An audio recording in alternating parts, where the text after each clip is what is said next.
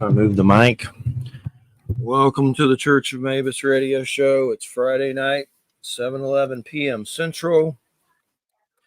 We're all still alive, barely, and still moshing to the apocalypse. As far as the hurricane, I've been looking at that, man. It's horrible. It went right by us. I mean, it skirted us. Where I'm in Graceville, Florida, and the outer band went right over us, and it just rained and flooded. But I went through Michael, so I was scared shatless as you're watching it always coming. So we were in the direct cone at first, but it started to move over, and then it just skirted us. But it was so weird because there was no wind until later, and not very much wind, but it went over us, just not the cone. It was just like one of the bands, the outer bands, like I'd say 3 or 4 bands that went over us. But part of me was like, I wanted the wind, and then I felt bad because no, I don't. But I like the windy feeling when they happen, but not when they're dangerous, of course. I was in the center of Michael when it went over a mobile home. I was in the bathtub with a dog, and my dog Jack, he's passed now in a Bible, and Jack, as the core passed over Marianna, Florida. And I actually stepped out in the middle of it and didn't realize that I did. And then when it started to move a little, and I went inside and looked at, I guess, the stuff and realized I was in the middle of it. And it was creepy, like just silent creepiness in the center. But I've been looking at all the damage. It's terrifying. And it reminds me of Michael. So, but anywho, we got, I actually know several people who are in it. Yeah. Like in Asheville, like, you know. Wham, have you heard from them? Yes. Everyone I know has been able to check in, but everyone that I know has lost everything. Mm-hmm. So it's really awful. I've seen some of the pictures. It's crazy. It's really bad. Well, prayers to all those people out there going through it and who are still, especially Michael Carter. We've had him on before, and hope to get him on again sometime when his Fridays get free one year. But I hope he's surviving. And let's see here. We got Steve Ward with us here tonight. The return of Steve Ward. He's been on before a little while back. Great to have you here, Steve. Great to be back. Good to have you here. Let me plug these things real fast. I forgot to do it, and then we'll get started. I'll be real fast. They're actually cool things, luckily. So there's some books from Harper Teen, I guess. They seem like they're for adults too, but they have a Clive Barker blurb on them, the guy that wrote Hellraiser. So, but I mean, I guess he can plug that kind of stuff too. Clown in a Cornfield by Adam Caesar, Cesare. There's 3 books. Clown in a Cornfield, Clown in a Cornfield 2, Friendo Lives, and Clown in a Cornfield 3, The Church of Friendo. And let's see what the Clive Barker little thing he says. An Arthur who knows how to make us afraid. Clive Barker. That's a hell of a blurb right there, for sure. From Clive Barker, the Hellraiser dude. And what else? Swords of the North, that Robert Howard book we talked with Jeffrey Shanks about from Titan Comics, who was in one of the writers of Savage Sword of Conan. The new comics all coming out because Titan owns the rights to Conan now, and Marvel doesn't anymore. But the Robert Howard Foundation sent me Swords of the North, which is a new book of a lot of his old stuff that's Norse. So you can get that on Amazon, Swords of the North. It's basically the Conan dude writing Viking stuff. So that's pretty freaking cool for sure. But that's on Amazon and Swords of the North. One last thing, a video game from Steam, Rogue Waters. If you want a weird kind of a turn-based strategy pirate game with ships, and it's kind of like Pirates of the Caribbean, but it's doing really well. It just came out. They're I think they're in Sweden or they're overseas, but it's doing well. It's called Rogue Waters, and I think it's in early access, but it looks pretty good. Check it out if you need a pirate game. Those are rare and hard to come by. So great to have everybody here tonight. Oh, one last thing. I found out a friend of mine passed away, and there's been so many people passing away lately. It's just like, it's creepy and depressing at the same time. And Jason Wilson, of course, from the network, he passed away recently. But a friend of mine, Jade Nelson, I found out he passed away, and I just want to say a little tribute to him, a memorial. He was one of the friends of mine in my wilder days after my dad died, and after I went through testicular cancer and all that, and then my dad died, I kind of went crazy with heavy metal and drugs and all that stuff, and doing pretty good now, just on the pot, Florida medicinal representing. But anywho, he was one of the guys that I remember. God, it was crazy because I'm someone that tries to avoid conflict, especially crazy stuff like against a gang. Uh, we were at a crystal, and he was with this African American girl, and I guess they were together and kissing or something, and he upset like a whole gang of black dudes with a car with bullet holes in it. And I came out of the crystal. This was a long ass time ago, in my early 20s. If it happened to me now, I'd be in the hospital with a heart attack. But anywho, I went outside the crystals, and they're beating him up, like just pounding on him. And I just reached in my back pocket, pulled out my junior deputy badge, and go, police. And one of them came up to me and hit me once. The rest ran, and they ran away. And I'd never done that before. I don't even know why I had that. It was just a stupid, like, dumb thing that I did really quick that could have probably killed me, but luckily it had the opposite effect. But it stopped him from getting pounded. And I was just surprised. It was one of those situations where he died a little while ago, and I didn't know. And I went to his wall to say happy birthday, and you're like, oh, well, he's croaked. So that's depressing. But to Jade, hopefully you're in the afterlife, and we'll catch up with you again, and hopefully not out of weird crystals with that kind of activity, something a little more heavenly for sure. But good to have everybody here. The Mothman Festival. So what is your connection to that, Steve? What's the story of that? How are you hooked up to it? Well, these days, I actually live in West by God, Virginia. I live on the same road that the Scarberries and the Mallets were chased back on November 15th, 1966. I started coming down to the Mothman Festival about 2006 when I was still living up in Michigan. I've been down here for 2.5 years. So I was just back in those days, I was just a happy-go-lucky attendee, catching the fever, everything with Mothman on it, T-shirts, trinkets, whatever. I would buy it. But as the years went on, I became more and more absorbed. And now I am working behind the scenes. I help set up the creepy crawlies, the giant spiders with red eyes in the TNT area. I do one of the tour guides on Saturday night.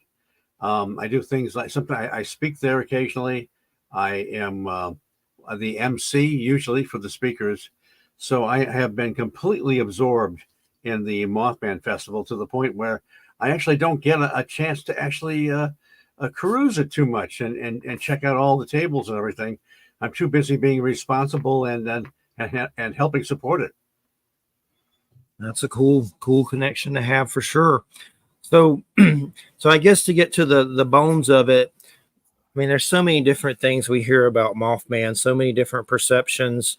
And I love these stories. Like I do a lot of work with, small town monsters. I try to get them on as much as possible because I love the idea of the creepiness, the Stephen Kingness of it, of a town having these encounters and just all crazy breaking loose, Yeah. Just in those documentaries, Small Town Monsters, they embrace there's so many towns that have weird stuff.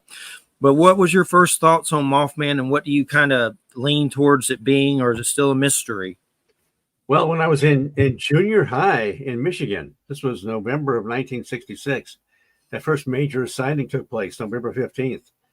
When whatever it was chased two couples out of what they call the TNT area north of Point Pleasant. There was an area where they made explosives during World War II. And it was there weren't many. There were still some structures standing in the 60s, but if you look at the old black and white photographs in the 1940s, it was quite a complex. Well, in that year, in 1966, in Michigan, we had a UFO flap in March, and that was where Dr. J. Allen Hynek came down from Project Blue Book when he was still attached to that, and declared that some of the sightings might be swamp gas. Of course, that's all the press needed to hear, and so that was kind of a big deal. Although he had at that point he had begun to believe that there was something very odd. I mean, he had begun to believe the people that were experiencing these things, that they were really experiencing something extraordinary. But then the following November, that's when the Mothman showed up. So 1966 was a pretty big year for me. And I guess I've been, in a way, following the Mothman ever since, to the point where I'm even living down here now on the very same road that the Scarberries and the Mallets were chased out of the TNT area back on November 66. And you work at the museum too. Yes, on Saturdays I show up there. I greet people. I answer their questions and so forth. If they want their photograph taken by the infamous Mothman statue, I can do that, and they don't have to send the kid out. They don't like very much to take the family picture. I can take the whole family. Okay, so there's the photos people can take, like you were saying, the family photos in front of the Mothman. Some want to get photos of the shiny hiney, but Yes. you also get the Mothman cam. What's the Yes. story with that? So that's more Well, photography.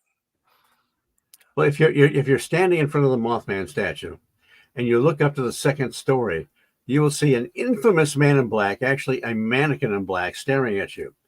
And then I take people around to the back, and they will see the infamous shiny hiney. And sometimes they'll do very terrible things back there. I can't repeat out loud, and then I tell them, see that black dot up there by the man in black? That's our 24/7 moth cam. That means people right now all over the world on the internet just saw you, whatever it was, take a picture or slap Mothman's caboose, and they always get a kick out of it. So it's people really, really enjoy it. And Jeff Wamsley, who has created the Mothman Museum and also is the co-founder of the Mothman Festival, he has created a phenomenal museum with clippings that go way back to that time period, memorabilia from the film The Mothman Prophecies, various displays that talk about the men in black and so forth. So it's he's done a phenomenal job at putting all that together. And of course, he was about 6 years old when all this happened. I think he was 6 when he was playing in his basement as a kid with his toys, that he actually heard the collapse of the Silver Bridge that occurred 13 months to the day that those two couples were chased by whatever this thing was, December 15th, 1967. And what topics about the Mothman have you sought the most? I mean things that come to mind, the Indrid Cold thing, and there's so many different variations of that. And then you had the whole Mothman movie with Richard Gere. That was actually pretty good. I need to watch that again sometime. I don't know how accurate it was, but it was an interesting watch. But what are some of the things about the Mothman, the weird things that stand out to you? Is Indrid Cold one of them? Well, it certainly is. But before I get to that, people that experienced this thing, people ask me what the Mothman was, and I go through the litany of the strange behavior of this thing. Some people that saw it was about 6-7 foot tall, red glowing eyes, 10-foot wingspan. It didn't always flap its wings when it took off or flew. A lot of people experienced an outbreak of poltergeist phenomena when they saw this thing after they went home. There was a preacher and his wife, the Grays, that saw this thing actually manifest in their home. And this was when the whole thing was starting. They didn't know what this was. The next day they were leaving for a faraway country to be missionaries. when they came back several years later, they looked at the old newspapers and they thought, my God, that's what we saw in our room. Some people, an unnamed banker and Linda Sigmund, they both had missing time when they experienced this thing. So it's very difficult to pin down what it was. And I've actually told people that perhaps it was something like an elemental or something, very elusive. Now, the Indrid Cold is a whole nother bizarre set of circumstances. That actually started a few days before the Mothman outbreak took place. And here's my cat here, named Keel, by the way. Oh, he decided to make an appearance. It actually started with an unnamed individual that contacted Mary Hyre. Now, Mary Hyre was the reporter, friend and colleague of John Keel. She had a column called Where the Waters Mingle, and she was one that reported on things like the Mothman sightings, UFOs, and Men in Black, and so forth. And she didn't really seem to care that people, were criticizing her for it. And she was approached by a man that said that he had been driving down Route 77, and this elongated craft landed, and this individual came out, and he had kind of just a really bizarre conversation. I mean, if this guy was from off-world or some kind of an alien, it was a very mundane conversation. And he said, it's driving me crazy. I've started to drink. I have to tell somebody about this. So he was going to come forward with this report, and John Keel was in on it. And finally, he said, you know what? We think we're not going to go ahead with this. And John Keel said, well, why? He said, well, that scientist fella said we should just forget all about it. And Keel said, what scientist fella? And he said, well, I don't know, but he seemed to know what he was talking about. And Keel said, well, how did he find out about this since you haven't told anybody except me and Mary Hyre? And he said, damned if I know. And then a couple of days later, Woodrow Derenberger claimed to have a very similar experience, apparently with no connection to this man. When he was driving down Route 77, this craft kind of landed and kind of eased his truck over to the side of the road. And he had this conversation, another pointless conversation that didn't make a lot of sense. I mean, if this thing was this guy was from off-world with all this advanced knowledge, it was kind of a very boring, mundane conversation. And he told Derenberger his name was Indrid Cold. And supposedly he had other contacts with this whatever. So it's just certainly later on, Derenberger, I'm sure he embellished some of these encounters, but and there were other people that claimed very Indrid Cold-like encounters. So it's really an enigma. I don't know. It's hard to know what to make of it. There was a woman in Gallipolis, Ohio, a few months later, that was having all kinds of bizarre stuff happening on her farm. Now, Gallipolis is right across the river from Point Pleasant, right across the Ohio River. And she was having classic haunting phenomena. Her son was seeing these large boxcar-like craft flying over their farm. And she was having cattle mutilations. And she came out of the I think, a hospital. She was working as a nurse one time. And this craft came down that sounded very similar to an Indrid Cold type craft. And these two guys came out in coveralls, and another very uninteresting, pointless conversation. And she was she was paralyzed at the time. She couldn't move. They went away, and then she went home, very upset. And then she said to John Keel, when he was interviewing her, she said, did that man, meaning Woodrow Derenberger, ever see, meaning Indrid Cold, again? And Keel said, well, he said he did. And she said, well, I saw them again. A few days later, she said she saw them in street clothes walking in downtown Gallipolis, and one of them kind of nodded at her like, we've seen each other before. So it's really, really hard to know what to make of some of these incredible encounters.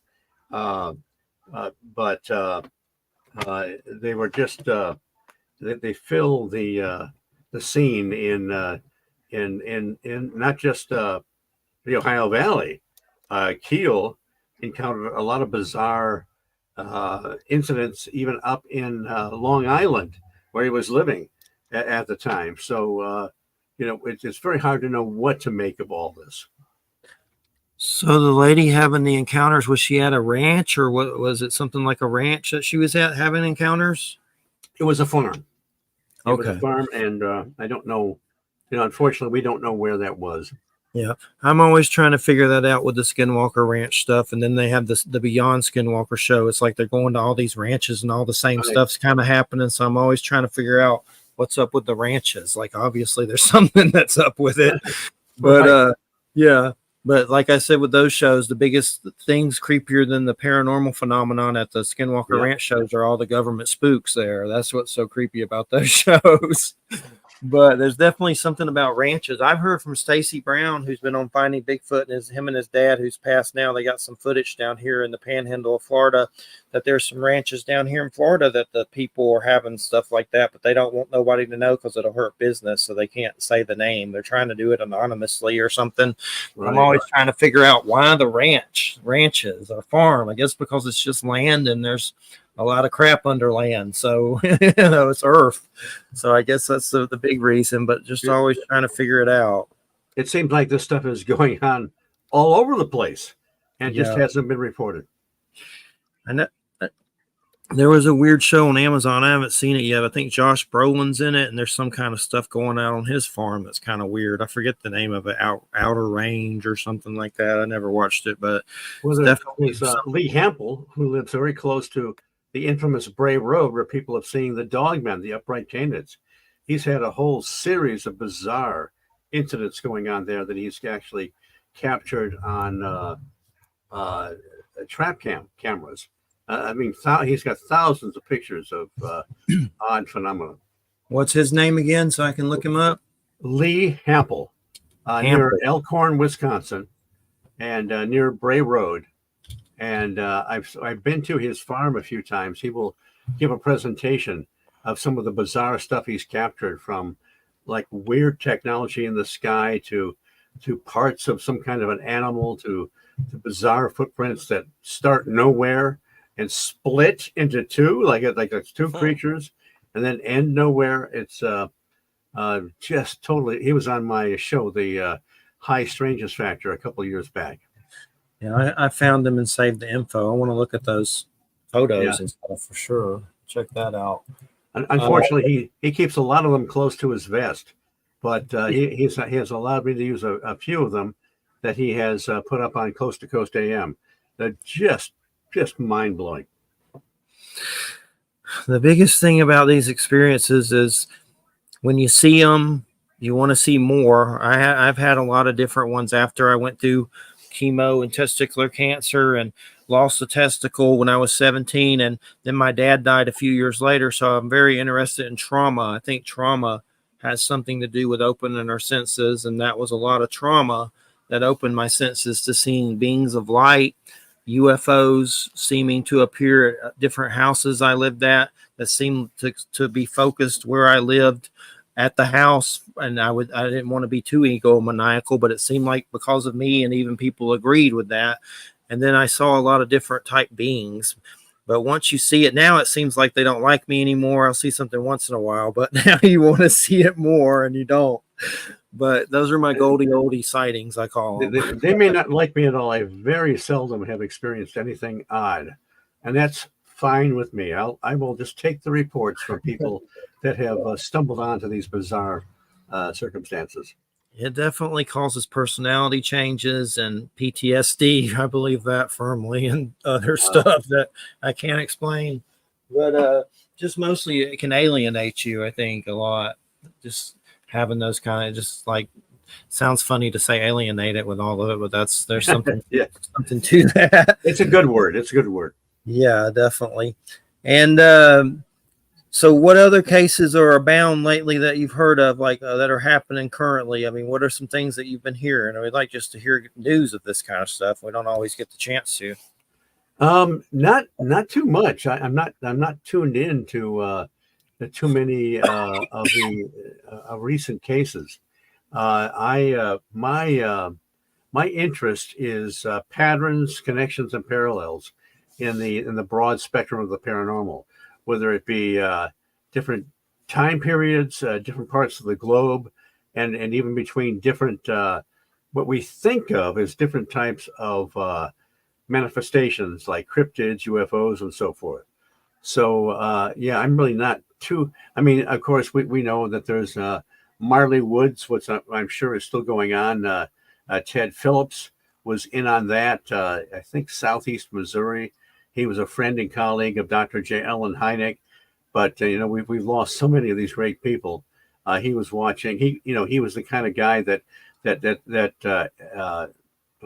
analyzed I think hundreds and hundreds of trace landing cases, close encounters of the second kind.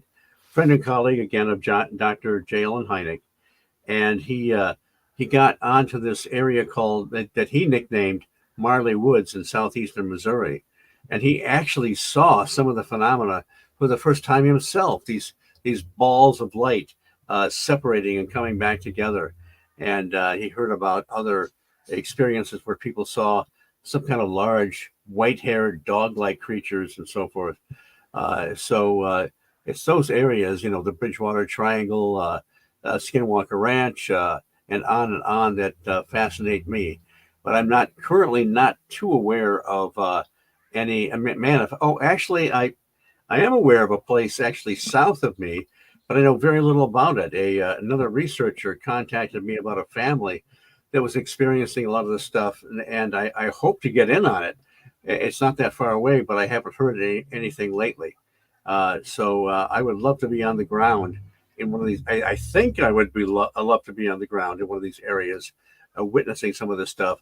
On the other hand, I might run screaming like a little girl once it actually presented itself. So I don't really know. I'm kind of untested when it comes to that.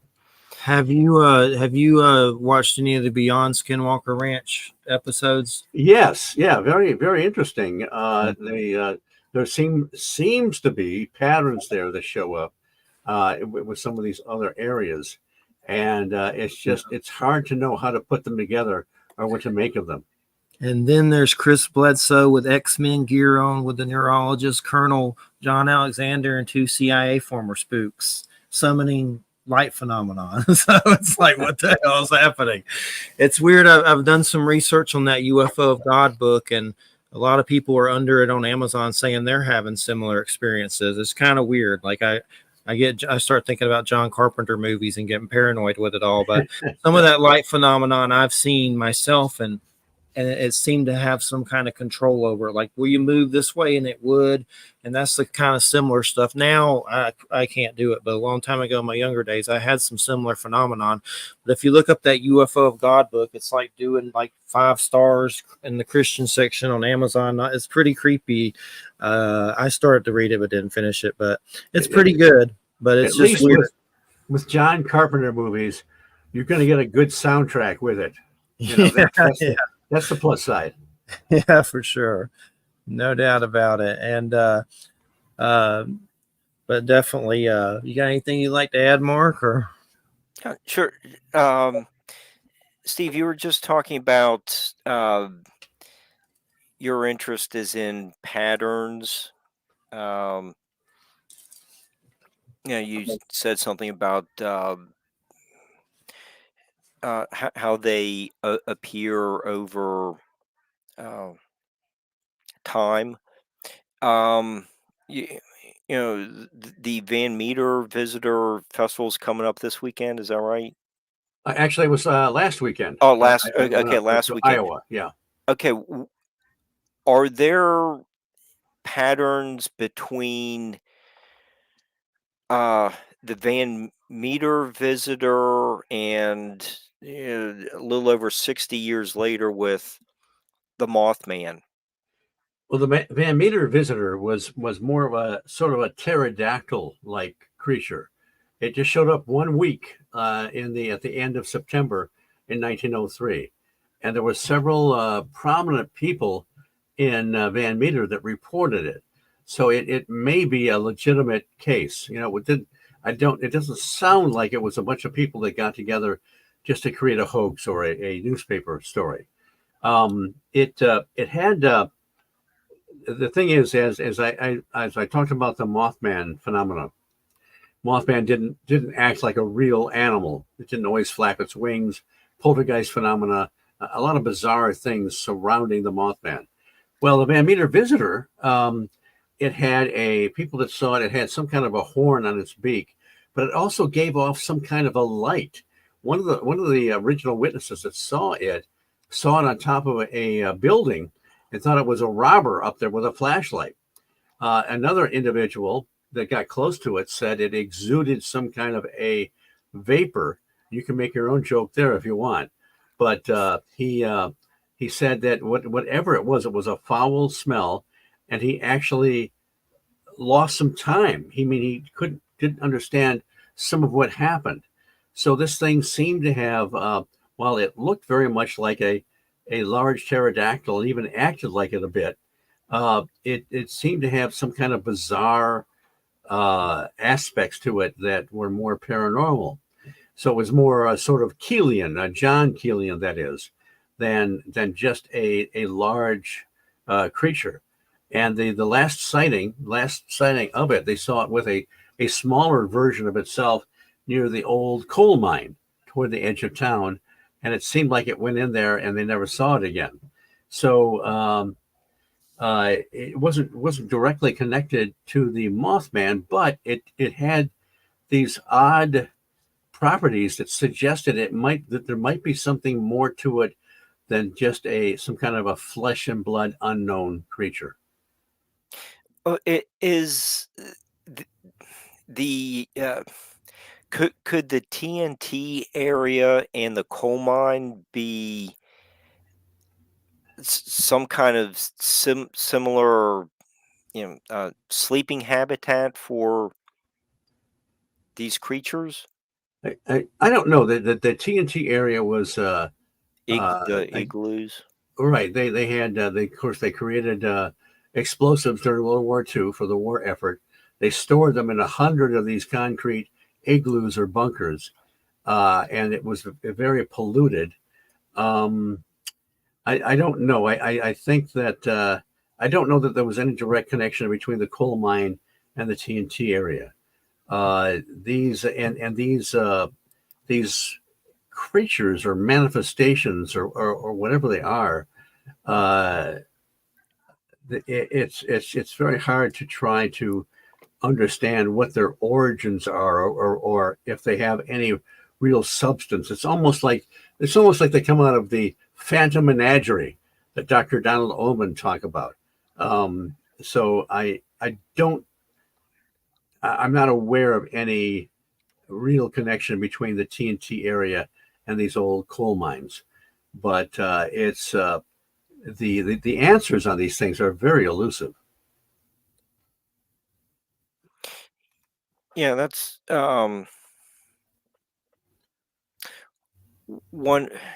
just one of the patterns that you bring up, and we talk, and you get other points of views. It's really a fascinating subject, and uh, even with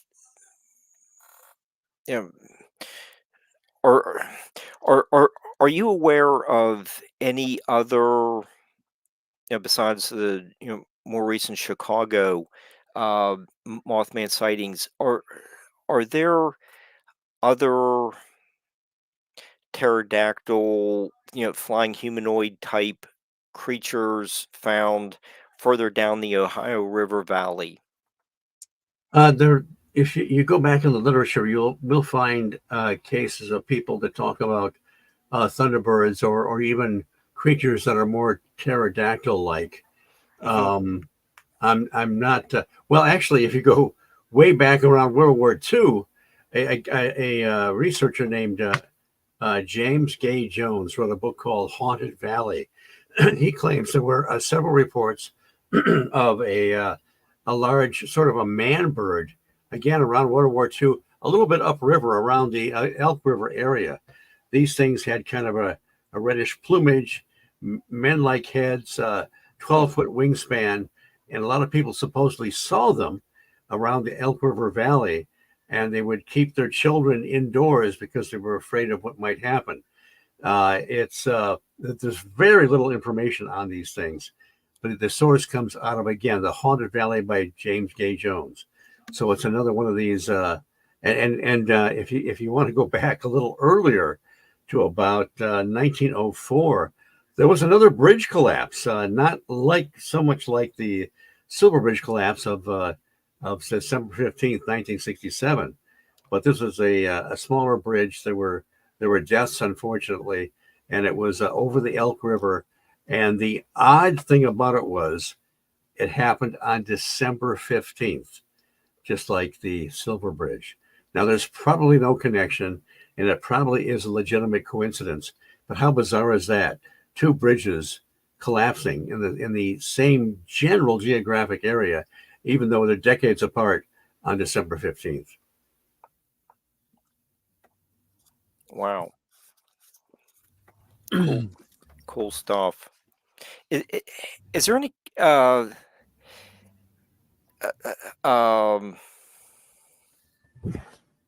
relation to any of the many of the Ice Age animals found at the Big Bone Lick State Park? Not that I'm aware of, and I don't know much about that, but I'm not sure that we can categorize Mothman as a real flesh and blood animal. It's almost something more like an elemental or something. I mean, it was just bizarre when people talked about the way it behaved or the way they responded to it. So I'm not. I don't know what the heck the Mothman was, but a lot of people saw that. John Keel talked to a little over 100 people that year, and generally they describe the same kind of creature: 6-7 foot tall, red glowing eyes, 10-foot wingspan. But also you mentioned the Chicago Mothman was mentioned. I'd be very cautious about the Chicago Mothman. A great researcher named Allison Jornlin a few years ago went back and explored many of these claims. And you know how when somebody makes up a report and they talk about the area, they get things wrong. They're not terribly accurate. Well, she found that situation with several of the reports, and also it's some of the initial reports of the Chicago Mothman came from, and I have two sources on this. The Mutual UFO Network said that they were getting reports from the same IP address, pretending to be different reports. So I think some of the Chicago Mothman stuff is questionable. So I've now, while some of the stuff may be very legitimate, I have tended to stay away from that because there seems to be a lot of problems with that. Yeah, so we've had Allison on before about that. That was interesting for sure. Yeah, definitely a great researcher.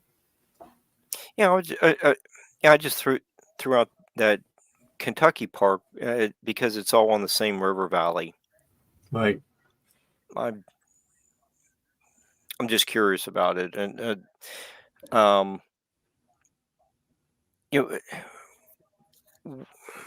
what that was the Haunted Valley by James K. Jones. James Jay Jones, right? And I haven't found any other references to that, but it's pretty interesting nonetheless. Sounds like it. And Haunted Valley and More Folk Tales of Appalachia.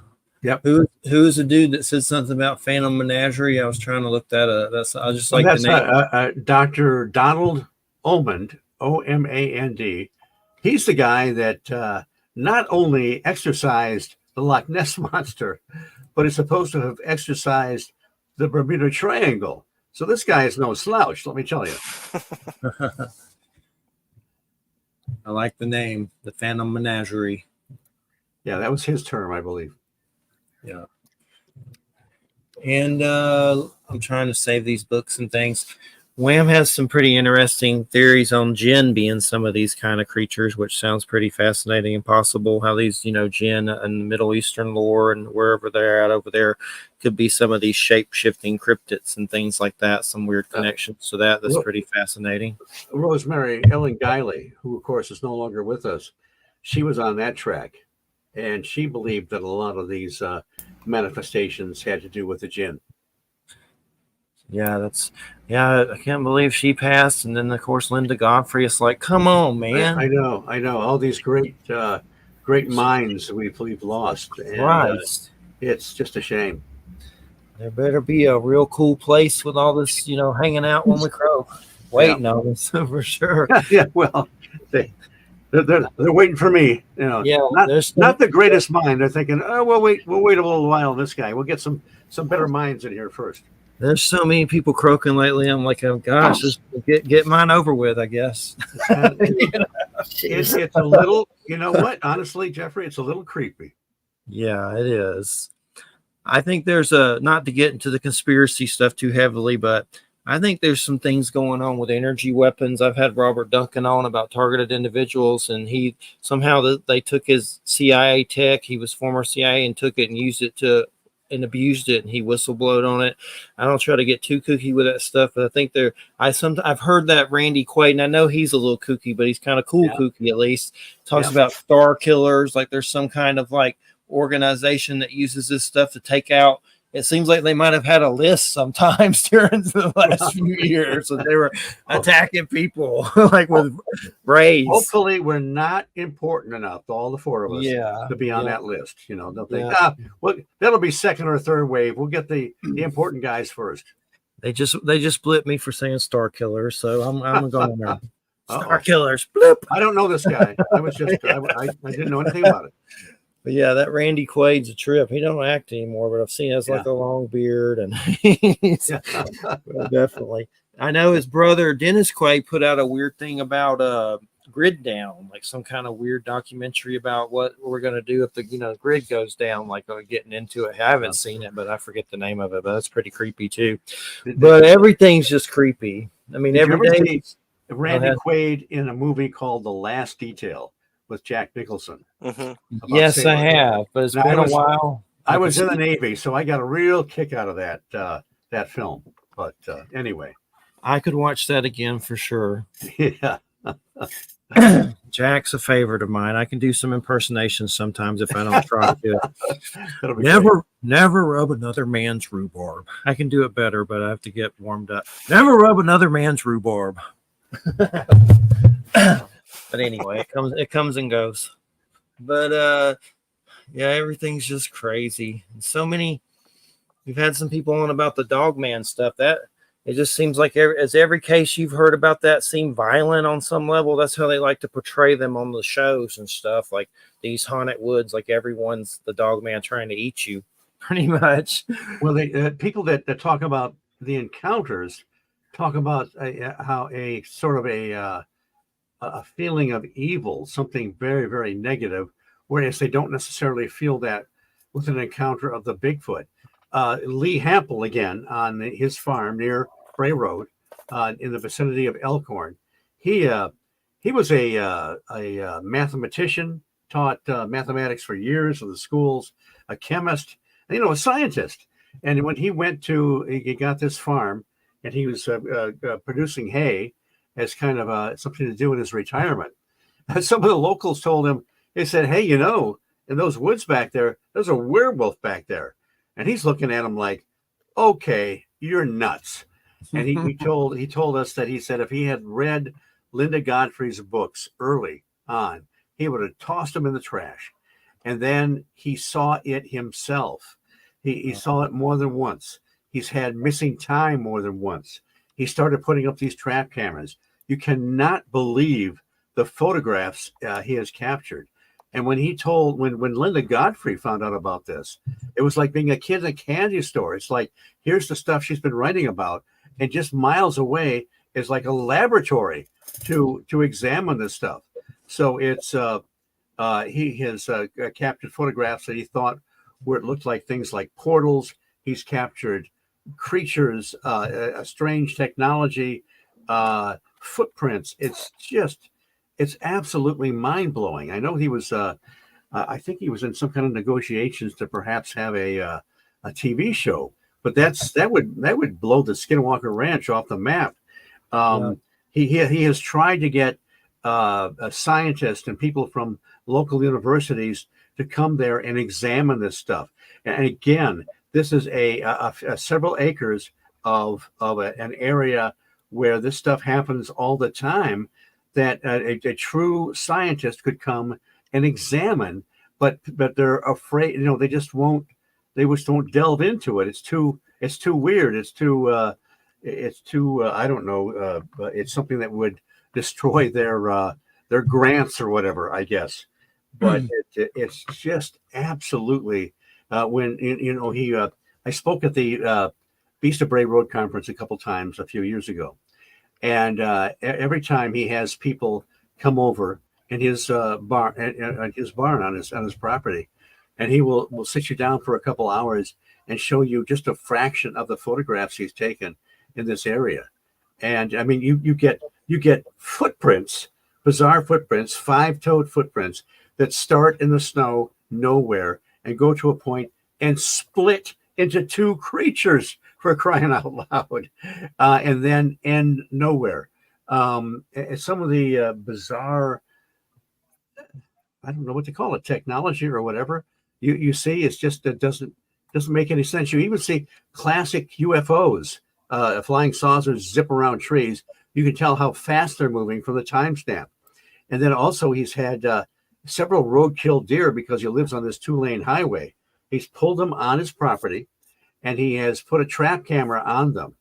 And several times you will see at night, you'll see a mist form around this carcass. And then the mist is gone, the carcass is gone, and there are no drag marks or footprints. That happened the last time I knew about a dozen times. It is mind blowing. It is just, there's no way to rationally explain it. But it's it's some kind of weird, and also he's tried to, these, whatever these creatures are, they eat bait, they eat roadkill. He has set up trap cameras to try and catch them in the act, but the trap cameras normally fail. He doesn't really capture them, going after the bait and so forth. So it's almost like there's some kind of an intelligence and a technology there that is covering for these things. And why are they there? Are they there to are they constructs somehow to scare people away from this area? Now, if that's what they are, like a Slender Man or a Tulpa or something like that, they're failing miserably because people like us flock to that area to try and see these creatures. But I don't know how to process the parallel, the connection between this types of technology or whatever it seems to be, and these creatures that just act like animals. Yeah, it's an Anubis Egyptian dogman army of the underworld, Egyptian Ragnarok. That's how I try to look at it. Well, Linda Godfrey discovered, she was looking at the clusters of these dog band sightings in a portion of southwest Wisconsin. And she also noticed there was I can't remember the name of it, but it's a book that covers the effigy mounds in southern Wisconsin. And she's looking at these two maps, and she thought, my God, when she looked at the effigy mounds, the panther mounds and the spirit mounds almost perfectly lined up to the dogman clusters, the sightings. Now, a panther mound, it looks kind of like if you imagine a panther and you draw a line around it, you get the feet, the head, and the ear a little bit. A spirit mound is very similar, but it seems to be smaller, and the tail is kind of long and pointed. But those two particular effigy mounds seem to, for whatever reason, parallel many of these dogman reports in southern Wisconsin. So the mounds have even John Keel mentioned the mounds. He wondered, what came first, the strange lights in the sky, or the mounds? What did the people create these mounds, and their I don't know, collective thoughts somehow create these light forms, or did the light forms show up first, and did they create the mounds in sort of a recognition of these strange lights, just a strange phenomena? Has Hample had any radiation stuff like they have at Skinwalker Ranch? And what do you think about the radiation stuff? That's the big mystery. So the craziness with that. To the best of my knowledge, he hasn't. And that's really kind of scary and bizarre. And it's not consistent. It's like it will show up sometimes and be very troublesome. And there's other times when it doesn't seem to be there at all. There is the Skinwalker Ranch is just beyond bizarre. I love the book, The Hunt for the Skinwalker, the original book published by Colin Kelleher and George Knapp. And a lot of people, the TV show, some love it, some hate it. They think, a lot of people tend to think that all this stuff is fake. I don't think it's all fake, but that book is absolutely fascinating. The Black Angus, they were high-end cattle ranchers, and they had the Black Angus bulls penned. I think there were maybe 4 of them. And I remember there was a point when the Shermans were on another part of the ranch, and this is in the midst of all the craziness going on. I mean, UFOs, disembodied voices, poltergeist phenomena. The NIDS team, the National Institute for Discovery Science, Bigelow's group, was there, but not a 24/7 presence. And I remember they were coming back from repairing a fence or something. And Gwen Sherman said, "I pray nothing ever happens to those bulls." And of course, when they got back, the bulls were gone. The pen is all penned up. There's no footprints. And then they found them in that a white trailer right nearby that they had never used. It was on the property when they got there. And Sherman looked through the window. He saw them kind of crammed together. They were alive, but in kind of a stupor. He starts pounding on the door. They wake up. They kick themselves out of this thing, and it takes about 4 hours to corral them again. There are these are the kind of patterns that I find fascinating. There was a series of incredible encounters and sightings in Dyfed, Wales, southwestern Wales, in 1977, and the Coombs family was having a series of bizarre events, and they were cattle ranchers, and they had 100 cattle penned up one night, and the next night they're gone. The pen is all locked up and no footprints or whatever, but and they find them on the Broadmoor farm, which is about a half-mile away. And they said, "Oh well, somebody played a trick on Billy Coombs." They opened the gate. They led of course, when they lead these cattle away, they would have to lead them by the house, the window where they slept in, and then they would have to take them all the way over to the Broadmoor farm and make a 90-degree angle to get there. So that was bizarre. But then the next couple days, he takes 16 of these cows out, puts them in a pen, turns around, goes into the barn to turn on the milk machines, goes back, and the 16 cows are gone. Where are they? The Broadmoor farm again, unharmed, but displaced. And Randolph Pugh and F.W. Holliday, that wrote this book, they saw a lot of interesting parallels between the incidents that were happening on that farm and in that area, that whole area of Dyfed, Wales, and fairy folklore. And they found, and for example, they were seeing these 7-foot tall silver-suited beings, and even these little short guys about 3 feet tall, associated with these egg-shaped objects. And people were contracting some kind of a strange dermatological condition. And so he found that people in Dyfed were also contracting some kind of a strange dermatological condition. This used to be called elf burn or elf disease. So they look at this old Norwegian folklore, and there was something about a milkmaid that had put her cow in the pen, went to get the bucket to milk the cow, and the cow was gone. And this would keep happening to her. Eventually, one of the little people came to her, one of the elementals, and said, "You can't put your cow there. It's spoiling our food." So Pugh and Holiday go on the speculation train. They're not dogmatic about it and wonder, well, perhaps they it has to do with ley lines or that sort of thing. So they devoted a chapter to that. But and then and another pattern. I interviewed Alan Godfrey, and he was a few years ago. He was in 1980. He was a police officer in Todmorden, England, and he was out on a call about these cattle that were in a gated area, and they couldn't figure out how they got in there.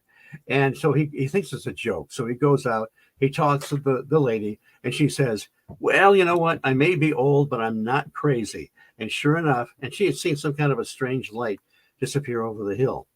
And sure enough, these cows somehow got over this little river and were in this gated area. And then Godfrey is on his way back to the precinct. He sees a classic, I'm going to call it a flying saucer, and he even sketches it. And so he gets back to the precinct.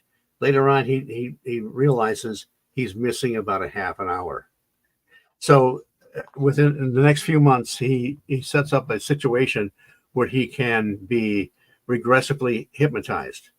And he goes through this experience. He doesn't, even under hypnosis, he doesn't know how he got on board this craft, but he got on board somehow. He was talking to a tall, normal, human-looking guy that called himself, dressed in white robes, that called himself Yosef.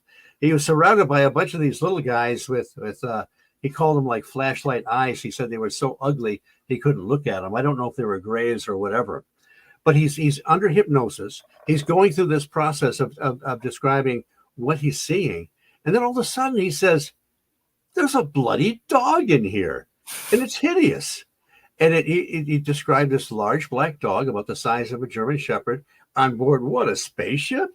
So when you get these bizarre connections, patterns, parallels, I'm not sure how much it teaches us, except that it teaches us that these things are not straightforward. They're not that easy to understand. So those kinds of things I find absolutely fascinating. Said flashing eyes, and it made me think of one of my encounters that I had at one point. I was in a house and there was UFO activity, and something was in my windows with flashing like lights in the windows, and it was almost like did they have headgear? I don't know what it was, but it was like weird flashing lights and things moving weird in the windows, and it was like, I guess, little aliens. I don't know what the hell it was, but at one point I saw some small cloaked beings in the woods, 3 of them with a friend standing, and they were very small and skinny in cloaks. You couldn't see their faces. I was like skinny. I always said skinny Jawas, but there was a black box in front of them, and I've wondered if that was what was in the windows with the flashing like headgear. But the weird thing is there was a witness, and a black cat jumped towards them, and they vanished. And it was just when you said the flashing lights, I started thinking about those lights flashing in the windows with the flashing eyes, and gave me chills, which I don't know if they were the same being, but things can trigger you for sure. Well, I've never had an experience quite like that. And I'm happy that I haven't had an experience quite like that. Yeah, they can be scary for sure. So what other cryptids out there? Is anything else really weird caught your attention? Any other kind of cryptids or stories? I guess again, back to patterns, we sort of have the tradition of how many hundreds of cases of close proximity of some kind of a craft or light or whatever seems to affect the combustion engine of a vehicle, and it stalls. There are several other things that seem to do that. There was a case in Northumberland, England, where Dorothy Strong, I think it was about 1960, she's in a taxi cab, and the cab stalls. The fare meter goes crazy, and they feel like they're being hit by some kind of a force field. And they look out the window, and they see it's like a phantom army is marching toward them. And as it gets toward the vehicle, the army disappears. And they know it's the Battle of Otterburn from 1388 because it has manifested before. And eventually it fades away, and the car starts again. And then so there's even cases where the close proximity of cryptids. Stan Gordon has talked about a couple of them in Pennsylvania in 73, 74, where the close proximity of a Bigfoot seems to, maybe it's a coincidence, but the car would stall at the same time. The classic case is a guy named W.D. Doc Priestley in about mid-60s, I guess.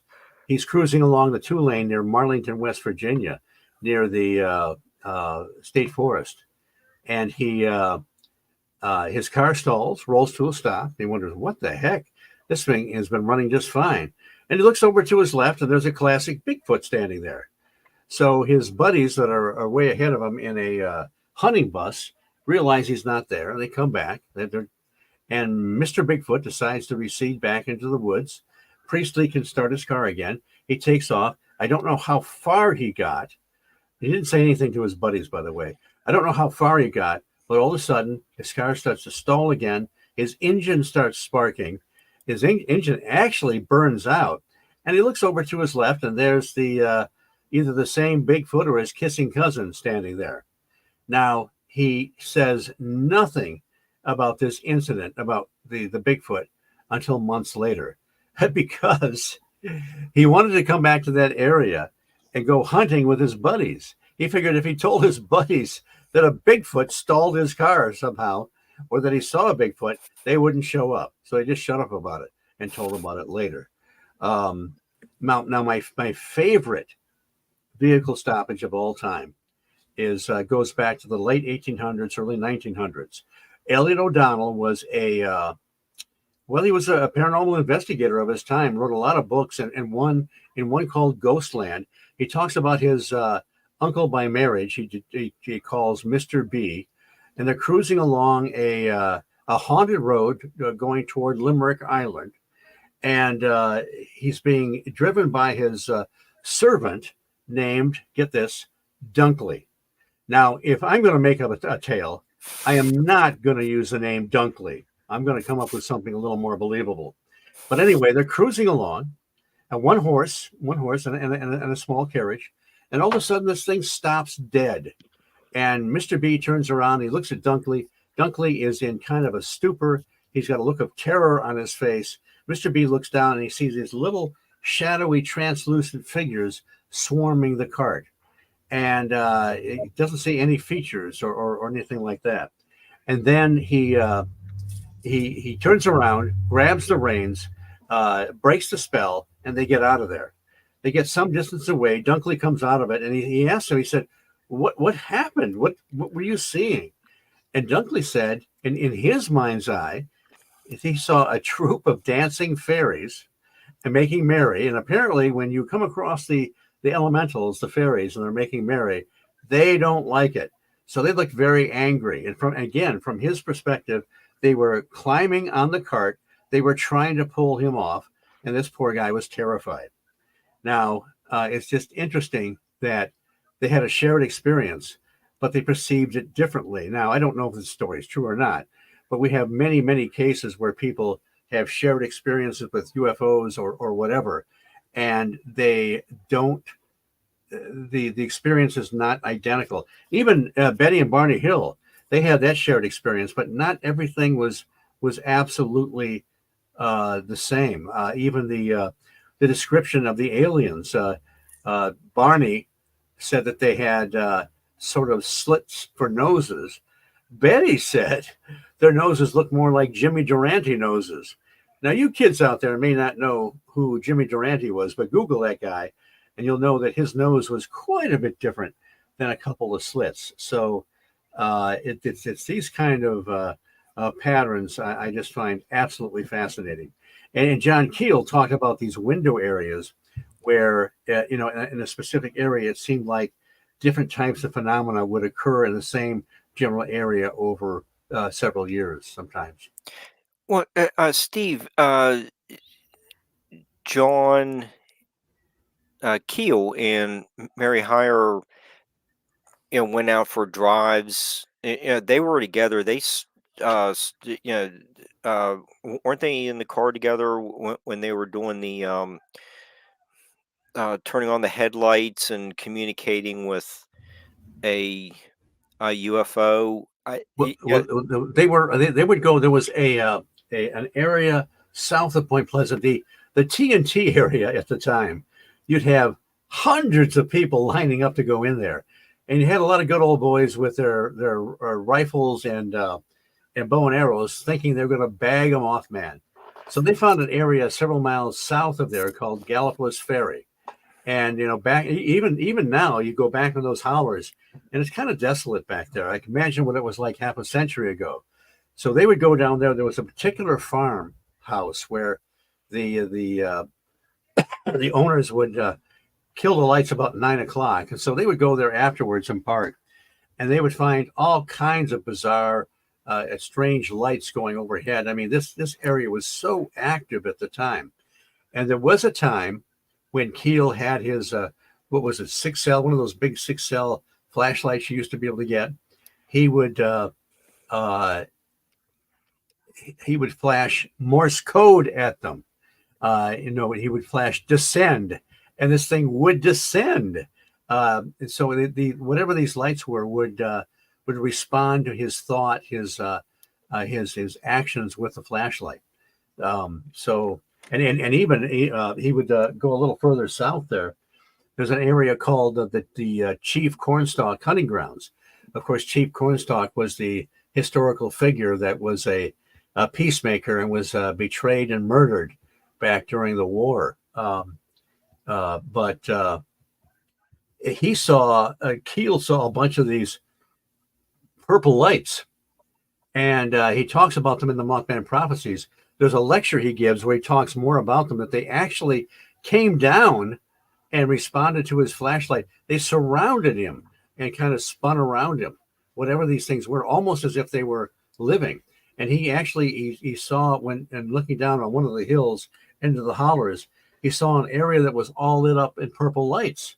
And so a day or so later, he talked to one of the farmers in that area, asked him about the purple glowing lights in that area. And he said, yeah, I've seen them before.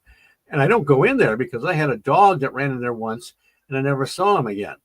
So this area was filled with just all kinds of, I was just a kid in junior high, man. I couldn't drive. I couldn't play UFO investigator or anything like that. So I had to live years later vicariously through John Keel's writings. But yeah, it was just such a hot spot of activity. Yeah. John and Mary seem like they were pretty similar in reporting what they saw. It didn't seem like they disagreed on a lot of things. Correct me if I'm wrong, but I was just kind of working on that. What you were talking about with the shared experiences. It seemed like John and Mary had a excellent working relationship there for about a year. Yeah. Keel, when he first met her, he came down from New York, and it was early December, and he'd heard about these Mothman sightings, which at first he thought was just a big bird, an unusual bird, and they brought in a bunch of the original witnesses, and he met Mary Hyre. He said at first he kind of had her pegged as kind of the local busybody, but he rejected that right afterwards. He spoke very highly of Mary Hyre, thought she was just a very high quality person. So the only thing that they disagreed, well, I don't even know if I call it a disagreement. Keel kept a lot of these specifics about what people were experiencing very close to his vest. And there was one time when he and Mary Hyre were talking to a guy on a farm that had some strange experiences. And she started talking about these weird footprints they had seen.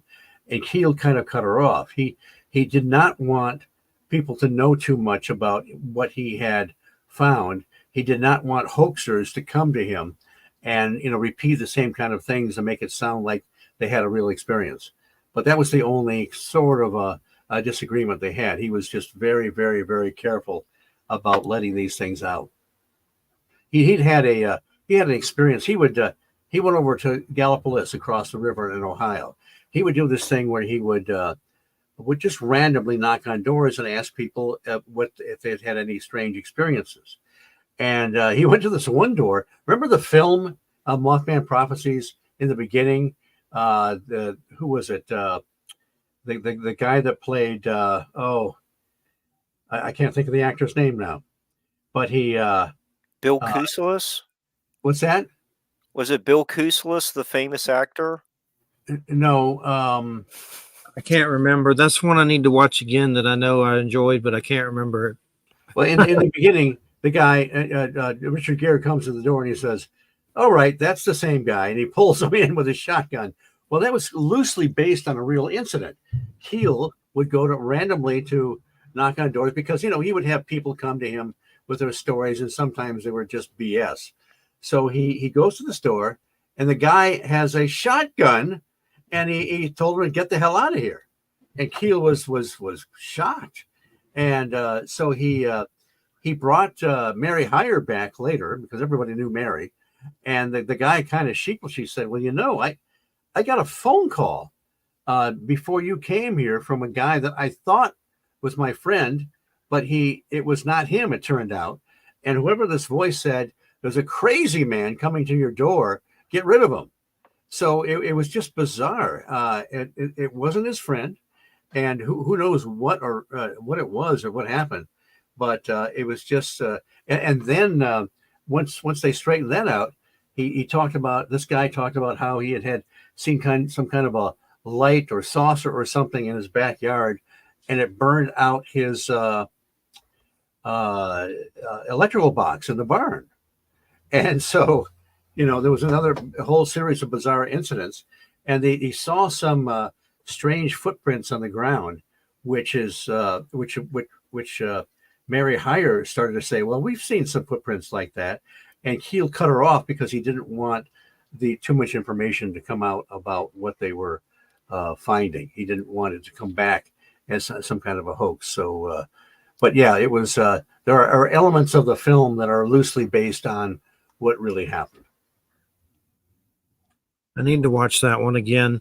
There's a good one if you get a chance. There's Something in the Barn. It's about I think this American family goes to Norway, and it looks like one of the yard gnomes that you see in people's yards, but it lives in their barn, and they upset it like gremlins. Oh. Gremlins situation happens, but it's called There's Something in the Barn. It's on Netflix, I think. Okay. But really a good horror movie that surprised me. It's funny too. But definitely the cases that, that's the main reason I got into this, is seeing the stuff. If it wasn't for that, I would have never. My interest in it before that was like E.T. That was about the only thing I knew of, stuff like that. I didn't think about it except in movies or something. But then when you really see it, it opens up a whole new world for sure. Yeah. No doubt about it, that you never get rid of. But I was looking up Lee Hampel. He's in a lot of radio show appearances. I don't think he has a book, but I have to see if there's some documentaries and stuff for sure, and check that out. I know what's that? I got that book recently, Merging Dimensions, about Bradshaw. Yes, fascinating book. Bradshaw and come on, Tom Dongo. Yeah. That's crazy for sure. Yeah. Is that the place on Skinwalker Ranch or beyond where the lady goes there and as a kid voices talk to her, and then she goes back as an adult with them, and then they come like these weird voices talk? That may have been. I get the ranches mixed up. I think that was a different ranch, but this was known as the Bradshaw Ranch, and it mirrors the Skinwalker Ranch to a great deal. Strange entities, Bigfoot type creatures, UFOs, missing time, and so forth. Bigelow. And, there's an updated version, and it's just fascinating. Tom Dongo is a very, very Interesting guy. Is that the one Bigelow used to own too, or is that a different one? I There's another one he owned. I know. I know. I'm not sure. There is another one he did own, but It's I one of wouldn't be. those. I Yeah. wouldn't be shocked if Bigelow had owned the. I don't think so. I think the military got their hands on the Bradshaw Ranch, if I'm not mistaken. Yeah. But yeah, there's so many. I haven't watched the new season of Beyond Skinwalker Ranch. I need to watch the new season. I love when the Navajo police guy appears. I forget his name, but he was also on Unsolved Mysteries with all the weird coins that would pop up. The police dude, John Dover or something. Is that what his name is? I can't remember. I'm terrible with names. But the native dude, the Navajo dude. But he was on the actual Skinwalker episode on Beyond Skinwalker Ranch when they went up there and Satan's butt or whatever, Butte, right. Satan's butt, Satan's butt. But yeah, I know one thing I wanted to ask you. I've seen in a lot of these shows, and of course, a lot of the shows are crap, but like Paranormal Caught on Camera, I think some of the stuff may be real, but you just don't know. But there's been a lot of weird footage of like a bald entity that kind of looks like Nosferatu meets Gollum, and it keeps popping up on these different shows, and it looks like an albino kind of deteriorated Uncle Fester or something. But they seem to say it's like Wendigo or something. But there was one on Paranormal Caught on Camera, I think it was Skinwalker in Arizona, where these kids had a camera on a hunting rifle scope, and somehow they were broadcasting it to the other people there, and one of them walks across that Wendigo weird pale thing, walks, and they see it and it doesn't see them, but the video is very compelling, and it could be fake, I don't know, but I think it may be real because there's weird stuff like different layers in that footage, and it's on the last season of Paranormal Caught on Camera. But anyway, there's in one section there's some dogs running around in the field, like it's a whole just broad shot of many fields, and then suddenly this little weird, not little, it looks like a weird, like I said, a Nosferatu walks through the woods, and it doesn't see them. But here's the weird thing about the footage: coyotes are following it, and it's the creepiest. That footage haunted me, and it could be fake as hell, but it could be real. I don't know. I think they have a little bit of everything on there. I don't trust it for sure, but that footage, for some reason, I was thinking about it late into the night. But have you seen anything come up with the bald Nosferatu things that they keep showing? Like, is there anything? No, I haven't, and I have to tell you that I am a hard-nosed skeptic with photographs and footage. Yeah. With CGI and AI and people out there that have absolutely no morals. I just think that it's a lot of I'm just crap. very, very cautious, but no, I have not seen that. And that sounds pretty damn creepy. Yeah. They associate it with Wendigo somehow. That's what they usually call it on those kind of shows. But I'd like to find that footage online. If I ever do, I'll send it to you or something. Okay. But it's definitely weird. Steve, since the Mothman sightings happened over 50 years ago, there wasn't the Photoshop AI that you just mentioned. So if you're just going by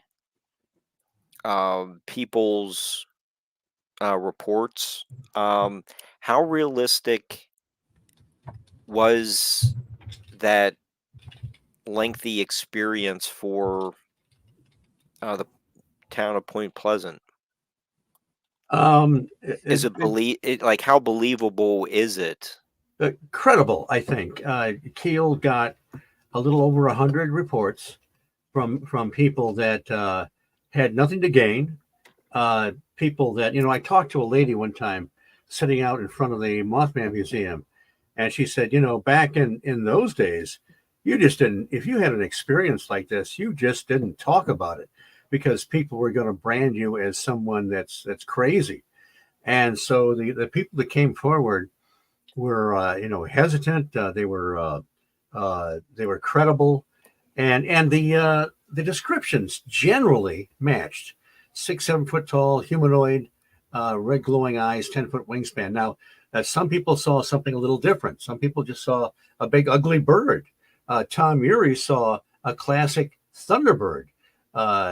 He said 10 to 12 foot wingspan, and it was just like a large bird. But he said, look, it wasn't an eagle, it wasn't an osprey, it wasn't this and wasn't that.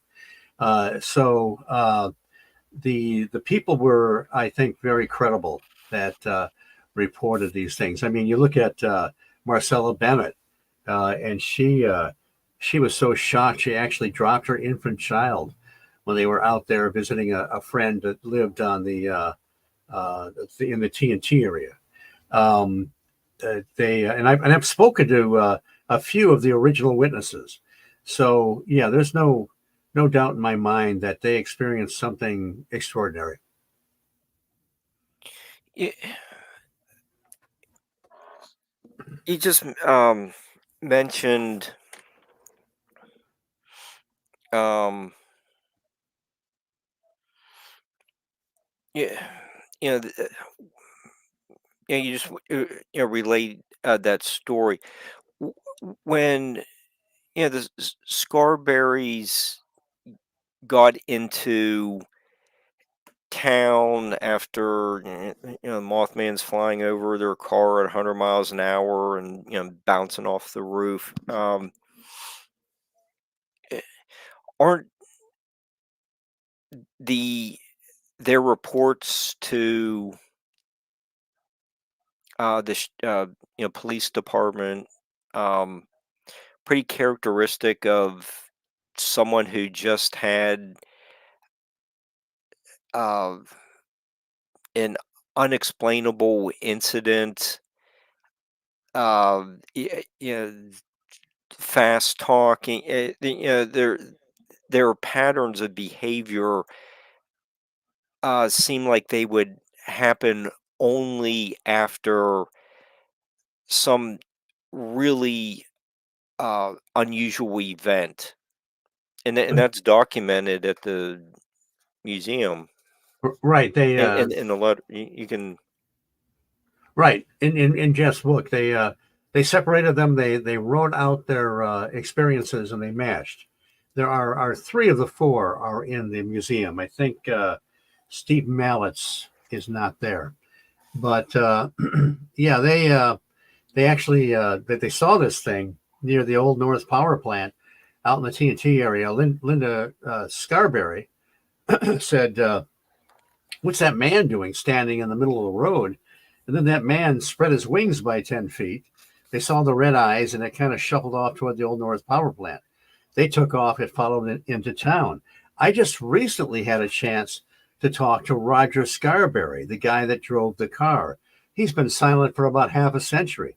He came to Jeff maybe a month and a half ago and said, Jeff, I'm ready to tell you what the experience was. I've heard so many different stories about what happened that aren't true. I want to set the record straight. So I was in on part of that interview, not the whole thing. And Jeff is going to write it up in his next book.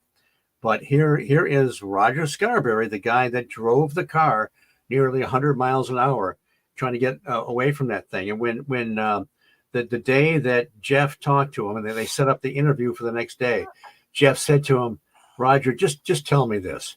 Did it really happen? And Roger said, it scared the hell out of us. So I had talked to him. I talked to Linda Scarberry several times before she died. Steve and Mary Mallett had been quiet. There's another individual, I don't know if I can reveal the name, that was mentioned in the Mothman prophecies that is supposed to be coming forward, and Jeff Wamsley may have already interviewed. But of course, there's Linda Sigmund, who came forward about 2016 about her experience back in 1967 with her boyfriend, saw some strange lights, actually saw this creature and had missing time. Faye DeWitt, who's been around, she's the lady you will see on some of the documentaries that says it had the biggest, reddest eyes you ever did see. And a great lady. She saw it when she was young. Her brother thought it was a big joke, so he drove out to the Old North Power Plant, and they saw the damn thing. So I have been able to speak to several original witnesses, and Nice. and I don't know what they experienced, but it was something. Hey, go ahead, Mark. I was just going to say, in Jeff's book, we do have a copy of the handwritten letter, and it's Okay. in print over on the next page, and Right. hopefully the viewers can see the right above my finger where in this testimony, the eyewitness account says we all agreed we'd like to talk to a minister about it. That seems pretty characteristic of a traumatic event. So it just goes back to what you said. There's more. Th- a lot of the people are very credible, Right. and I just don't know how you fake all these behaviors, and 20, 30 years later, as like profiling and more scientific evidence is assembled to look at eyewitness accounts, and you say, well, this person's putting on a hoax because of these lack of behaviors. We can go back to what the Scarberries and Mallets were reporting, and it's all fitting in with the typical behaviors of someone who went through some kind of unusual event. Right. Hey, Mark, I'm gonna play this video, not the whole thing. It's like a minute.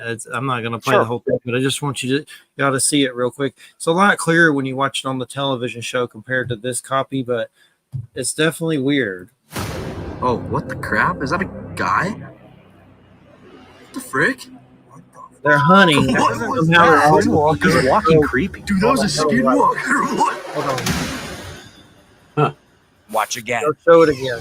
Watch. as the coyotes disappear into some brush. Moments later, an oddly shaped humanoid figure emerges. Oh, what the crap? Is that a guy? What the frick? What was that? My name is Hold TJ, on. and this is my video. Let me go back. To me, it looked like a tall person figure. Like, I would have guessed that it was 7 feet tall or so, and it just had, like, disproportionately long arms. Oh, what the crap? Is that a guy? What the frick? So, off the bat, I was confused and just trying to figure out, like, what could that have been? What was that? He's walking creepy. Dude, that was a skinwalker. What? Being from Utah, there's actually a place here called Skinwalker Ranch. Very creepy. Yeah, that's a weird one. I don't know if it's real, but it's pretty damn good. They ought to be doing horror movies and shit if it's real. If it ain't real. I think it might be, but I don't know. But that one's out of all the footage I've seen on these shows, and I'm skeptical like you with them, and I've seen stuff. I don't trust shows, but that is a weird one for sure. Yeah. Mostly because it has different layers going on. Like there's coyotes and there's like dogs in another part. Like they're getting a whole broad shot Right. of all this stuff happening. So definitely a weird one for sure. Gave me chills. And I was nowhere near there, just for the record. I know, right? Yeah, that was me. Yeah, but definitely weird. Like some kind of, I don't know. They've showed the similar thing before in a surveillance video. A family got at supposedly in their yard, and it was like a similar thing that looked kind of weirder walking, but very similar. So I don't know. There might be something out there. And albino Uncle Fester Nephilim. You do hear these reports from people occasionally of something that doesn't fit any category of cryptid or entity. And these things show up once in a while, and it's hard to know what to make of them. Wham, have you seen any reports in New York similar to what we're discussing? Well, what part of what you're discussing? Flying humanoids. There have been a few. Not for a while, but I guess it would have been back in, it was about 2012 through 2014. There was kind of a cluster of a lot. There were a number of like Bigfoot kinds of things being reported in Dutchess County and Columbia County. And a lot of them were kind of classic Bigfoot things, although Bigfoot stuff around in the Hudson Valley is always kind of weird. It's never kind of standalone. It's always accompanied by weird lights and poltergeist experiences by people who witness it. So it's always part of a larger set of reports. But in this one instance, there was a guy and several other people who his farm was a focus of a lot of this. He and his neighbors, and they lived right at the boundary between Dutchess County and Columbia County. So it was far north Dutchess County, and that's a fairly rural area. The farms are very large. There's a lot of kind of mixed forest meadow kinds of, that's kind of the terrain.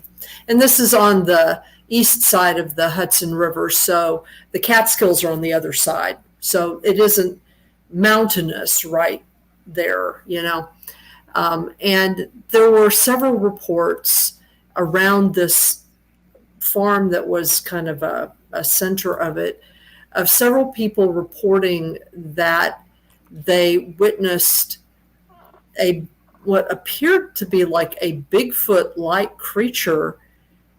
Like they would see it and then it would suddenly rise up in the air.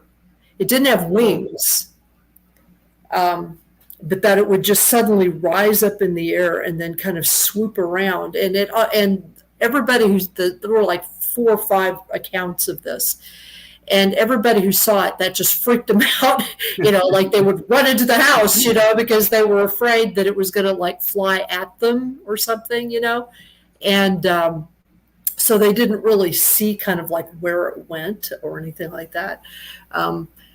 But that's the only thing like that I have heard of, or, from around the Hudson Valley. There have been a lot of other things, a lot of UFO things, a lot of UFO clusters, Bigfoot stuff in various places. You guys were talking about patterns. One of the things that I looked at when I wrote my book about the Hudson Valley is there do seem to be patterns of a certain odd kind. If, for example, if you go back in history, you'll find that, at the time when the pine bush stuff was going on, which is sort of in the southwestern part of the valley, while that was all going on down there, way up north, around Hudson and Kinderhook, there were Bigfoot things going on around there. And then it'll shift and UFO stuff will show up in another place and other things will happen. It's like it shifts around, but there does seem to be a phenomenon in which when one thing happens in one part of the valley, another bunch of stuff happens in another part of the valley. But we're talking about, a valley that from its total length is almost 300 miles long. So people don't correlate that stuff. It's sort of like you have to see it from above and see it, and you see a timeline, where you can see that these things are actually kind of happening at the same time, just in different parts of the valley. And since UFO folks and Bigfoot folks have tended not to hang out together, and ghost hunters do their own thing. You know what I mean? Since they don't seem to talk to each other very much, they don't really see that large set of patterns, and they're all interested in their own little bailiwick of things. So, and there's always hauntings going on, and they seem to happen sort of in clusters too.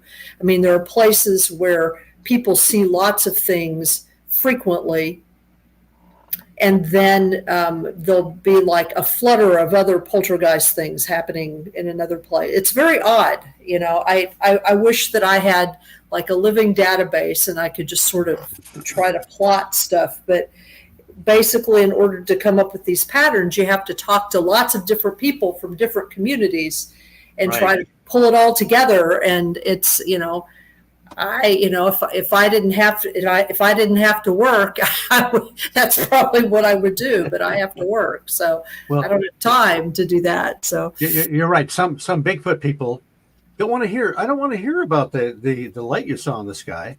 I want to hear about your Bigfoot, and vice versa. I don't want to hear about seeing Bigfoot. I want to know about the flying saucer from Alpha Centauri. So and there's a lot of high strangeness. So even Ron Moorhead out in the Sierra Nevadas discovered that when they were capturing the so-called Sierra sounds. So there's just these bizarre connections that are important, I think.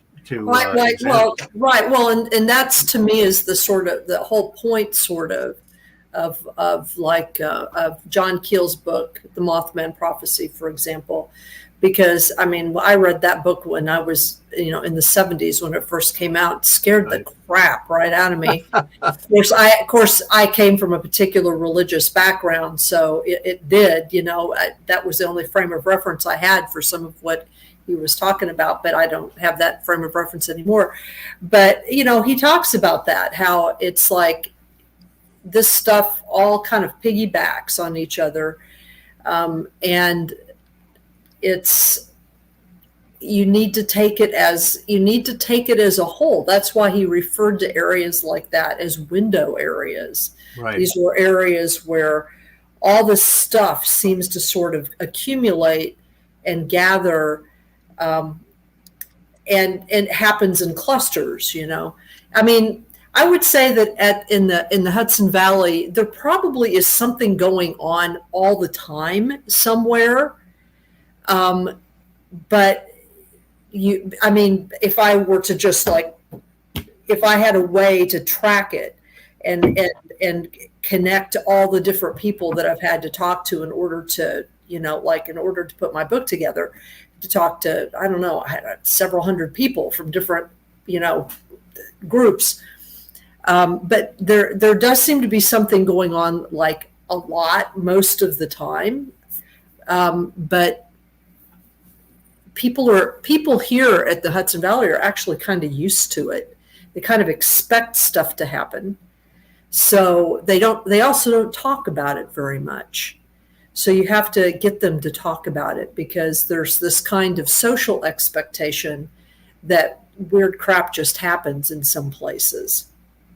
And so it's just part of the life. It's almost part of the kind of lifestyle. And this is for people who live in the Hudson Valley, who've, or I guess you would say native to the Hudson Valley. They're not tourists, they're not people who've recently moved, that kind of thing.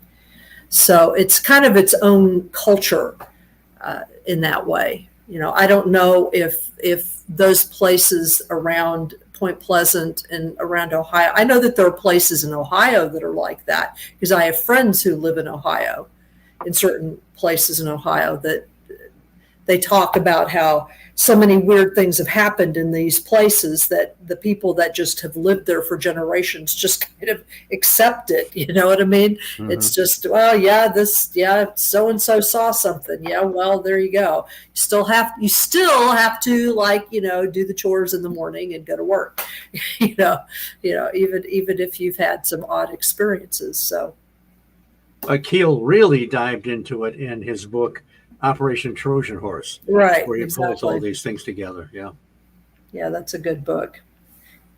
In fact, weren't there things in that book that he had to pull out and then he included in the Eighth Tower?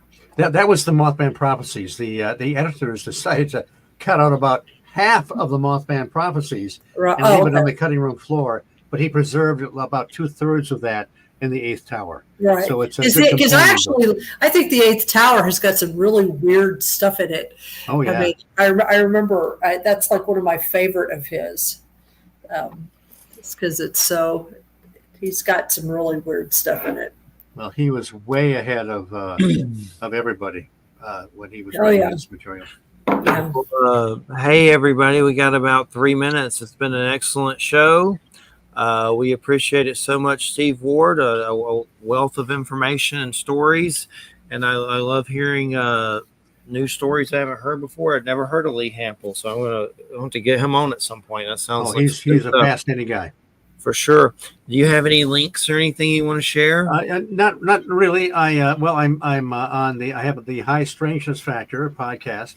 Been around for about 5.5 years on the Paranormal UK Radio Network. You can find me on Facebook, Steve Ward. If you type in Steve Ward at Point Pleasant, you'll probably find me. I'm also I do a show on Mac Maloney's Military X-Files. They call me a correspondent.